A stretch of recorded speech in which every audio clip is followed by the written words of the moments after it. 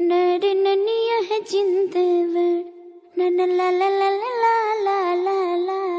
धर चल भैया बोली ला। अरे छोड़ छोड़ ओहो चलते न बने आदिशक्ति फिल्म्स न करी बरियारी जी तू रब पिचकारी जी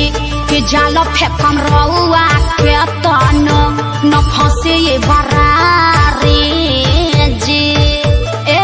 महंगा का लहंगा न लटाई घाटा लग जाई भाव उचित बताई छौ बहनी कराई ताजतन रुपया कहबू तो हके तने रुपया दे सुन साली हो अब हवा ऐसे पसेरी 2 रुपया हो 2 रुपया 2 रुपया हो 2 रुपया चोली रंगाई दे 2 रुपया हो चोली रंगाई दे 2 रुपया हो साया रंगाई पौने 2 रुपया चोली रंगाई दे 2 रुपया रे साया रंगाई पौने 2 रुपया आए विवेक जी तनी बेंजू पेरी तो चोख पे चुकारी हिया से खोदी जन बताना जनवा जाइया जी जा कि जाना वहाँ जाइया जी जा तो हट दोसरा के धनवा जनवा वहाँ जाइया जी जा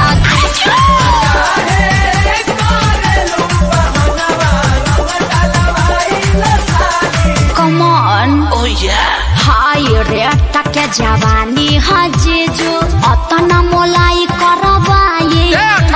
हजारा 2000 तक पूछाओ नइखे लाखों में हम बतियाए ना अरे नहीं करो ना चीनी यार रंग सरे ई तो होली के भेकसी नहीं अरे बाबा रंग सरे ई तो कपेरा मसी नहीं दोसर दुआर जाके देखी ओनिया रंग फेंकी छिट्टा माल ना भेटाई अरे कहता आधा काठा लिख दे हबखे अरे पूरा लिख दे बाकी डालब भर पे आरी खेत बेचवा बनबो का ब्यास तो तहार का जाता 2 रुपया हो 2 रुपया फिर उहे बात 2 रुपया हो 2 रुपया चोली रंगाई दे हो 2 रुपया हो नो। चोली रंगाई दे हो 2 रुपया साया रंगाई पौने 2 रुपया चोली रंगाई दे हो 2 रुपया रे साया रंगाई पौने 2 रुपया अरे जीजा जी हर सोहरा है बारी सत्या खजाना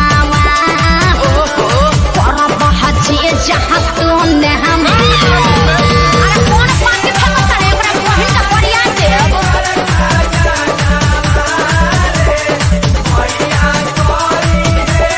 अरे पंजर के सार का हो बिना सिक के झाड़ू सुनले बानी बिगहा के बिगहा राउर जोत जोताला जी बजट कुछाऊ बढ़ाई जीजा तबे रंगाई उच खाला जी खाली पैसा पैसा तू कइले बारू सुन साली हमारा अभिले ना कुछ रंगवइले बारू